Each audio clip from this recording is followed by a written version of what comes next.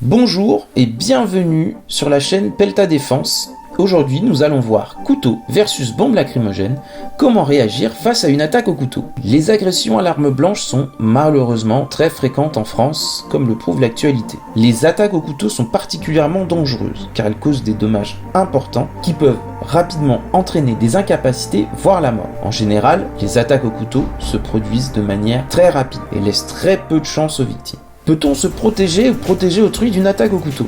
Oui, c'est possible. La première solution, c'est la fuite. Courir, se réfugier dans un endroit sûr. C'est votre première ligne de défense. Maintenant, explorons les solutions. Ici, nous allons nous concentrer sur un scénario d'urgence. Face à un agresseur qui est déterminé à utiliser son couteau pour vous blesser ou vous tuer.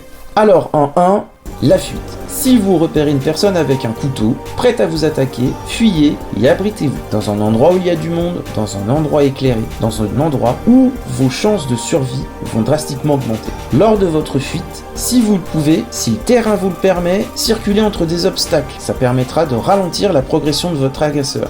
Alors les obstacles, zigzaguer entre les voitures, si vous avez des tables et des chaises de bar, voire de gêner l'agresseur qui vous court après avec ces objets-là. Petite note, si vous pratiquez un art martial et que vous avez appris à désarmer un assaillant, eh bien c'est très bien. Mais il y a une question fondamentale à vous poser.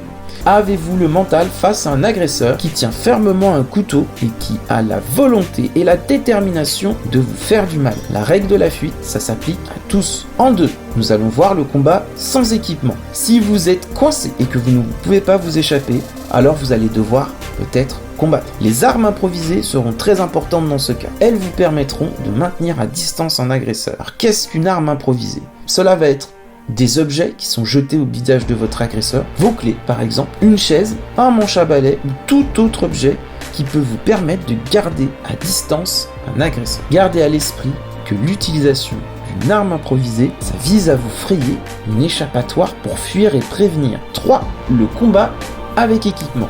Si vous êtes victime ou témoin d'une attaque suffisamment loin, c'est très important, au moins 5 mètres, et que vous avez une bombe lacrymogène sur vous, vous pouvez l'utiliser. La bombe lacrymogène, ça vous permettra de ralentir la progression de l'agresseur et le rendant moins efficace dans ses attaques. Fuyez et mettez-vous à l'abri, contactez les forces de l'ordre. Alors, point de vigilance par rapport à l'utilisation de la bombe lacrymogène. Si votre bombe lacrymogène est rangée au fond de votre sac ou de votre poche, vous risquez d'avoir du mal à la dégainer. Et vous risquez de perdre un temps précieux à essayer de retrouver votre bombe lacrymogène. D'abord, essayez d'augmenter la distance entre vous et l'agresseur pour vous donner le temps de récupérer votre bombe lacrymogène. Sinon, vous risquez de vous exposer à de graves blessures de la part de l'attaquant. L'utilisation d'une bombe lacrymogène contre un agresseur ou plutôt fonctionne uniquement si vous l'avez déjà en main. Donc à retenir, il convient donc de garder votre bombe lacrymogène rangée, accessible, opérationnel. Il faut pouvoir prendre la bombe lacrymogène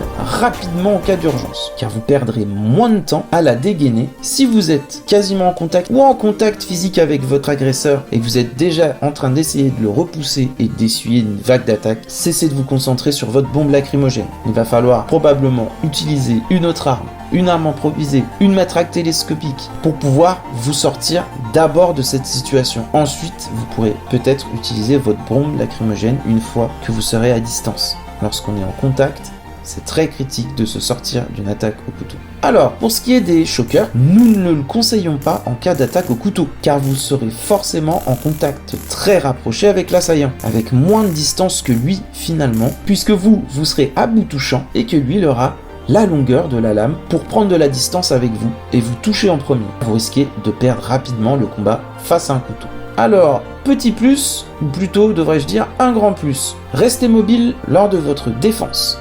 Le mouvement sera votre atout le plus important. Comme on dit, le mouvement c'est la vie. Il est plus difficile de toucher une cible en mouvement qu'une cible statique. Pratiquez un sport de combat qui vous donnera les compétences nécessaires pour vous protéger et augmenter vos chances de survie.